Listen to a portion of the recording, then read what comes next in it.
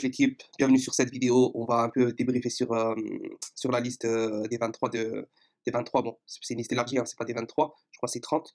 De Belmadi pour les trois matchs amicaux, vu que les matchs de juin étaient reportés en septembre. Donc on a trois matchs amicaux face à la Mauritanie le 3 juin, le Mali le 6 juin, la Tunisie le 11 juin. Donc déjà, c'est trois matchs amicaux qui sont très intéressants pour moi. On a trois jeux différents. On a vraiment trois équipes différentes à affronter et des bonnes équipes pour moi, des bonnes équipes. Même la Mauritanie, c'est pas dégueulasse. En tout cas, c'est des équipes qui, dans un terrain africain, purement africain, avec certaines conditions un peu mauvaises, peuvent nous poser des problèmes. On va dire avec erreur ou tu vois, un mauvais jour, etc. Donc, bref, mis à part ça, donc le premier match face à la Mauritanie d'ici 3 jours, là on est le 31. La vidéo sera en ligne demain matin. Là, tout à l'heure, là, je la fais le soir, elle sera en ligne tout à l'heure. Bref, on va parler de la liste. Donc, la liste, on a plusieurs façons de la voir, hein. On a plusieurs façons de la voir. Quand je l'ai regardé de manière générale, je me suis dit, ah, ça va pas. Je me dis ça, en même temps ça va, en même temps ça va pas. C'est ce que je me dis sur les dernières listes de Belmadi. Mais parce que, en fait, on la regarde un truc, on se dit, oh, on veut préparer la CAN, on veut préparer la Coupe du Monde, donc il faut virer tout ce qui est pas bon, tout ce qui est pas, tout ce qui est 3G, etc., etc. Mais Belmadi, moi je critique pas Belmadi. De toute façon, il est incritiquable puisqu'il a gagné la dernière CAN et pour l'instant il perd pas les matchs. Donc oui, il y a des erreurs, hein. Moi je l'ai dit, il a fait des erreurs de coaching sur plein de matchs d'après ce que j'ai vu, ce qu'on a regardé, etc. On a montré que voilà, au niveau des changements, etc., il a fait des erreurs. Ça n'a pas apporté grand chose. Au contraire, ça fait même peut-être perdre ou faire des matchs nuls sur certains matchs. Mais bref, mais je me suis dit que Belmadi, il essaye en fait d'amener ça vraiment, vraiment, vraiment doucement. Pour moi, alors sur certains points, c'est un peu trop doucement. Malheureusement, c'est un peu trop doucement.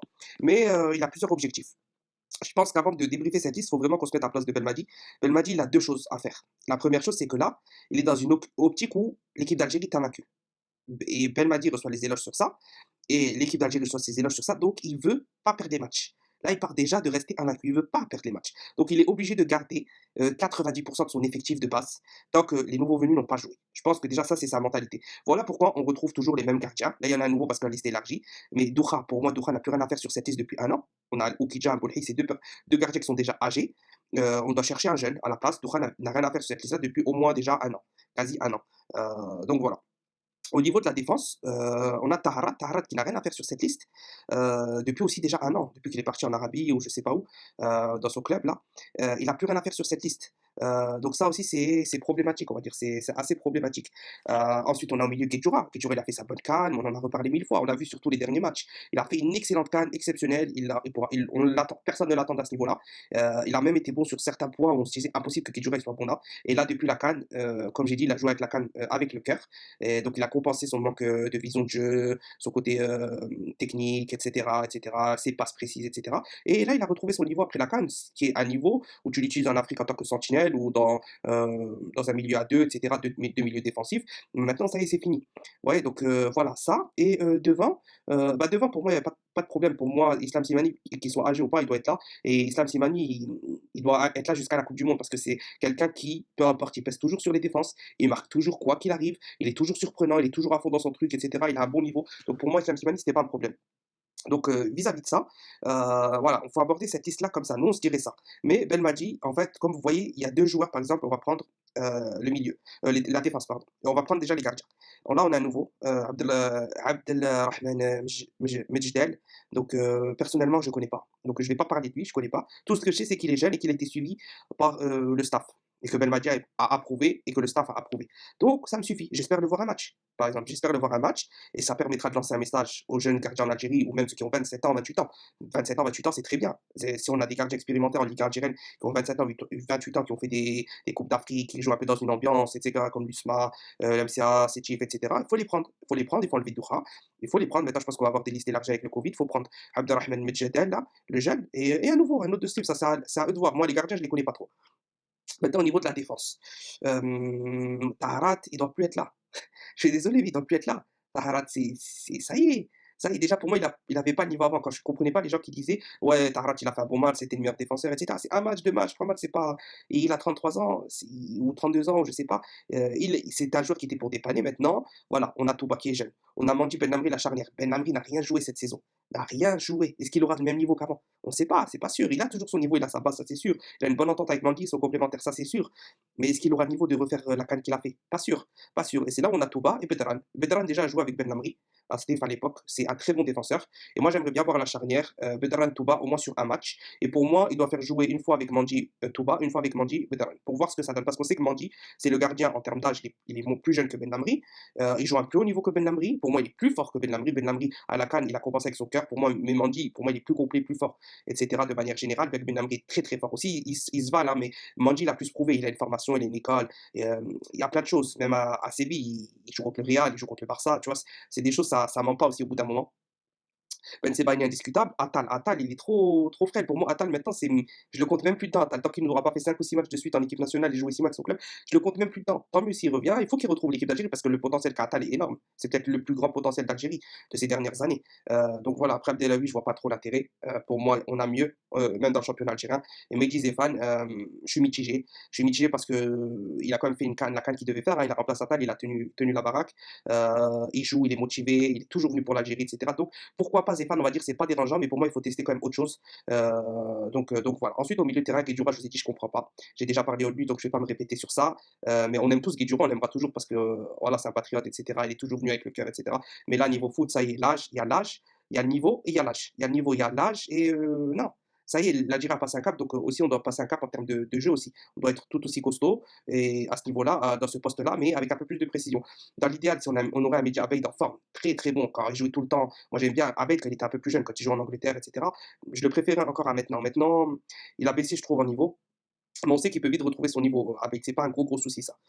Ensuite, on a Zerouki, on a Ferouli, Boulaya, Belkebla, Boudaoui et Zerkan. Ce qu'on peut voir dans cette liste, comme je vous ai dit, il faut essayer de comprendre Belmadi. Là, il y a Boudaoui déjà, bon, il était là, des fois il était pas là, mais on sait qu'il compte sur lui.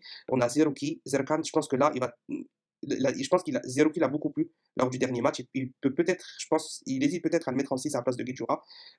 Mais là, il va peut-être tester Boudaoui vu que Benasser n'est pas là. Boudaoui fait Gouli avec peut-être Zerouki en sentinelle, je sais pas. Belkebla, Abeid, pour moi, on doit prendre qu'un des deux, pas les deux en même temps, qu'un seul des deux.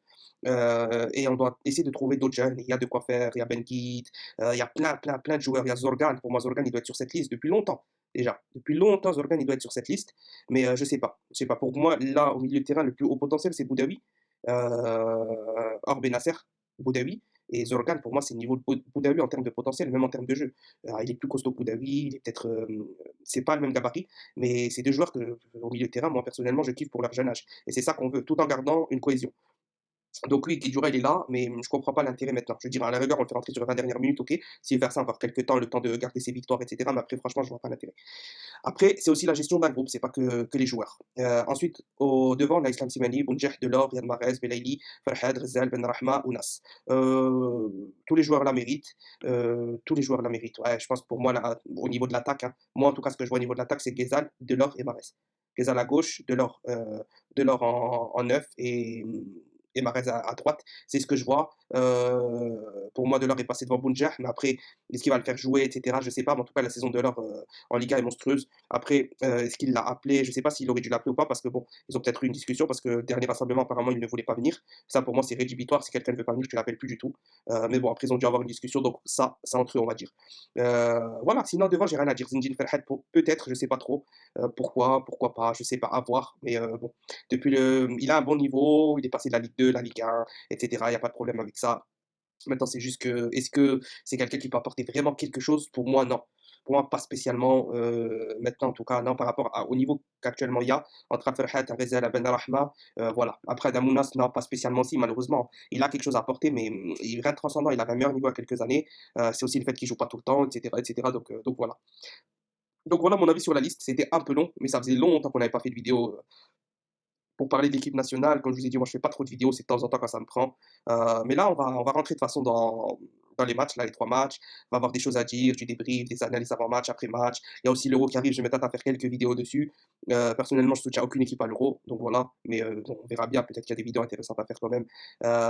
Et voilà, en tout cas, on va se retrouver vite pour une nouvelle vidéo. Je sais pas, ça va être quoi le sujet. Certainement l'équipe que j'aimerais voir face à la Mauritanie.